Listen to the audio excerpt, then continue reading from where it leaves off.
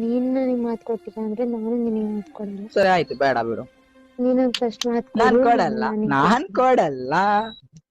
ನಂಗ್ ಗೊತ್ತು ಕಣೋ, ನೀನ್ ನೀನ್ ಏನ್ ಕೇಳಿದ್? ನಗ್ನಗ್ತಾ ಮಾತಾಡ್ತಿದ್ಯಾ ಹೊರ್ಗಡೆ, ನಿನ್ಗೂ ತುಂಬಾ ಮನ್ಸಲ್ಲಿ ನೋವಿದೆ ಏ ನನಗ್ ಗೊತ್ತು. ಅದೆಲ್ಲ ಬಿಟ್ಟಾಕು, ಮರ್ತ್ ಬಿಡು ಅಂದಾಗ ಮರ್ತ್ ಬಿಡ್ಬೇಕು, ಪದೇ ಪದೇ ನೆನ್ಪ್ ಮಾಡ್ಕೋಬಾರ್ದು. ನನ್ ಜೀವನನೇ ಅಷ್ಟಾಗಿದೆ ಅಲ್ವಾ, ಇನ್ ಹೆಂಗೆ ಹೇಳು ಅಯ್ಯೋ, ಇವಾಗ ನೆನಪಾಗ್ಕೊಂಡು. ನಗ್ತಿದ್ಯಾ, ಇವಾಗ ಹೇಳ್ತಿದ್ಯಾ? ವಾ ವಾ ವಾ ವಾ. ಅದು ನನ್ಗಿಂತ ಮನ್ಸಲ್ಲಿ ನೋವಿಟ್ಕೊಂಡು ಸುಮ್ನೆ ಕೂತ್ಕೋ, ನಗ್ತಾ ಮರ್ತ್ ಬಿಡು ಮಾತಾಡ್ತಿದ್ಯಾ ನೀನು. ಅಲ್ವಾ. ಬಿಟ್ಟು ಬಿಡು, ಅದೆಲ್ಲ ಬಿಟ್ಬಿಡ್ಬೇಕು. ಇರೋಷ್ಟು ದಿನ ಎಂಜಾಯ್ ಆಗ್ತಿರ್ಬೇಕು. ಹೊಸ ವರ್ಷ ಬರ್ತಾ ಇದೆ.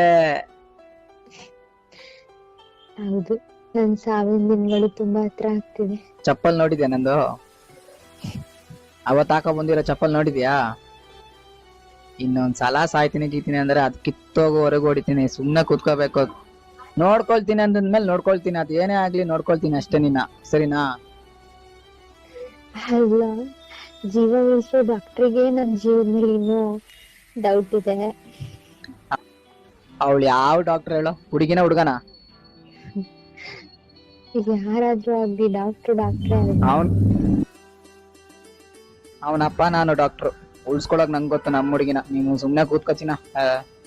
ಆ ಡಾಕ್ಟರ್ ಹೇಳಿದ್ರಂತೆ, ನೀನ್ ಎದ್ರುಕೊಂಡೆ ಅಂತೆ. ಅವಳು ಸುಳ್ಳು ಹೇಳ್ತಾಳೆ, ನಾನು ನಿನ್ನ ಕರ್ಕೊಂಡು ಹೋಗ್ತೀನಿ ನಾಳೆ, ಅದು ಏನ್ ಹೇಳ್ತಾಳೆ ನಾನು ನೋಡ್ತೀನಿ.